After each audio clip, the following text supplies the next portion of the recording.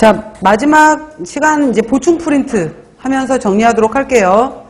자, 먼저 이제 식사요법의 개요에서는 여기서는 시험 문제가 6문제, 4문제에서 6문제까지 나와요. 개요 파트에서. 그래서 영양관리 과정 이렇게 쭉 있는데 첫 번째 영양관리 과정에서 NCP 있는데 여기 시작하기 전에 맨 처음에 영양 검색을 해요. 이 영양 검색을 스크리닝이라고도 해요. 환자를 먼저 찾아내는 거. 검색, 스크리닝 이렇게도 얘기를 했어요. 그래서 이거 이후에 판정할 때 환자가 기존의 사회력 병력, 그다음 키 몸무게, 뭐 신체 계층, 그다음에 여러 가지 뭐 소변 검사, 혈액 검사, 엑스레이, 생화학적 검사, 그다음에 식사 섭취, 뭐 24시간 해상법도 있었고 주로 어떤 음식을 많이 드시고 계세요? 식품 섭취 빈도 조사라는 것도 있었고요. 다 쓰지 못했어요, 제가. 임상 조사. 부어있는 걸로 봐서 부종이 심하네요. 입술 이런 데 염증이 있는 걸로 봐서 비타민 B2가 부족하네요. 뭐 이렇게 보는 것을, 눈으로 보는 것을 임상조사라 그랬어요. 이것도 구별할 줄 알아야 되고요. 그래서 이 환자가 어떠한 프로블럼, 그 원인은 무엇이었고 증상, 징후가 어떻게 나타났는지를 보는 것을 영양진단에서 영양진단문이라고 한다라고 했어요. 이걸 기준으로 해서 이 사람은 나트륨 섭취가 문제구나. 그럼 영양 중재 때 어떠한 음식 속에 나트륨이 많이 들어있고 나트륨을 어떻게 줄일 수 있는지를 교육해주고 상담해주고 또 만약에 거식증, 폭식증, 탐식증이다 라고 한다면은 정신과 상담도 받게 해주고 여러 가지 해주는 것을 영양 중재라고 한다. 그리고 4주 후에 봬요. 뭐 6주 후에 봬요. 3달 뒤에 봐요. 그래서 모니터링 및 평가를 통해서 환자가 잘하고 있는지 다시 보고 피드백도 해주고 하는 것을 모니터링 및 평가라고 했다. 순서 알아놓으셔야 돼요. 판정, 진단, 중재, 모니터링 및 평가. 다음, 병원에서 사용하는 병인식 중에서 일반 병인식, 특별 병인식, 검사식 이런 게 있었고요. 아까 일반 병인식 중에서 유동식이 있었는데 찬유동식이란 것도 있어서 편도선 수술 환자들한테는 찬유동식도 주더라 라는 내용도 있어요. 그 다음에 경장급식은 자 밑에 볼게요. 경장은 나의 십이지장 공장 회장을 이용해요. 그래서 아무 문제가 없다. 경구.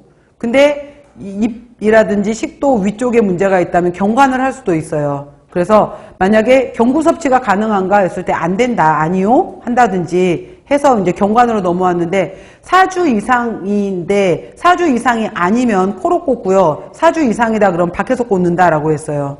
그리고 폐로에 흡인 위험이 있다. 그러면은 12지장 공장까지 연결을 하고 굳이 위험이 없다. 그러면 위에 꽂고 이거 다 설명했어요.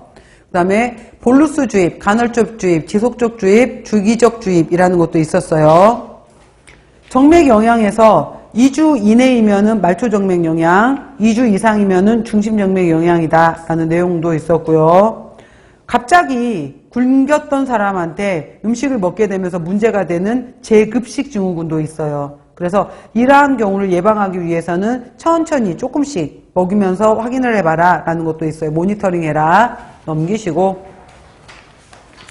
식품 교환 굼표에서 공유군, 어육류군, 채소군, 지방군, 우유군, 저지방 우유군, 과일군이 있는데 탄수화물, 단백질, 지방 보시고요. 자, 여기서 여러분들 1교환 단위당 대표식품 여러분들이 쓰시면 돼요. 책에서 보시고 쓰셔야 되는 거고요. 채우시고 자, 식사 구성 안, 식품 구성 자전거 이건 별개라 그랬어요. 그리고 총 당류는 전체 단당 2당에 해당이 되는 것은 전체 에너지의 10에서 20%. 그 다음에 내가 조리할 때 사용하는 첨가당은 10% 이내. 그것도 계산할 줄 알아야 되고요. 식품 교환군표 결정할 때 제일 먼저 채소군, 우유군, 과일군을 먼저 결정하고 그 다음에 공유군 결정하고 어육류군 결정하고 마지막에 지방군이다 라고 했어요. 다음 소화기계 질환 양쪽에 2, 3페이지를 같이 봐보세요.